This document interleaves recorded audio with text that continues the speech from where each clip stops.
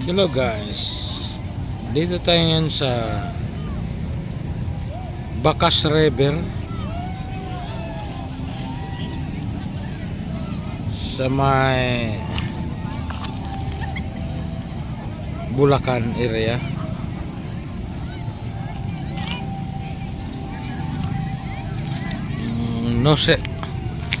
Norsegaray, Bulacan. Ito yung area. Kung gusto nyo dito, maganda naman eh. Ito ay pag hindi nagbibitaw ng tubig galing sa dam, ganitong area.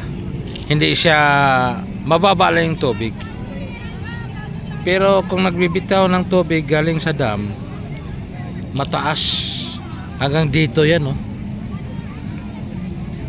Pero ngayon hindi sila nagbibitaw ng tubig, kaya ganyan ang ganito lang yung tubig.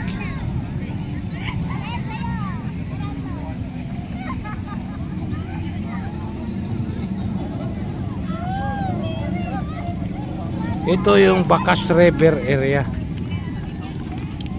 Kung gusto nyo dito, maganda naman eh. Yung mga cottage yan, oh.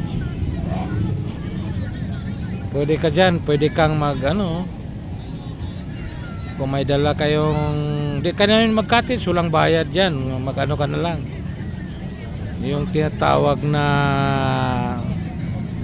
may dala kang tawag ba yan? Yung ganyan, no? Pwede ka magdala dyan para wala ka lang babayaran cottage. Yan. Tent, yung tent. Yan ang mga tent. Pwede ka na mag-tent dito. Wala ka lang babayaran ng cottage.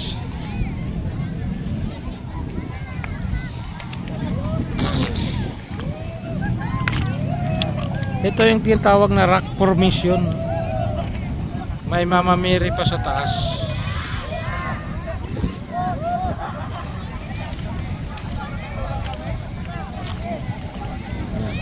Yung doon sa nakaharap yan, iba na yan. May dyan, no?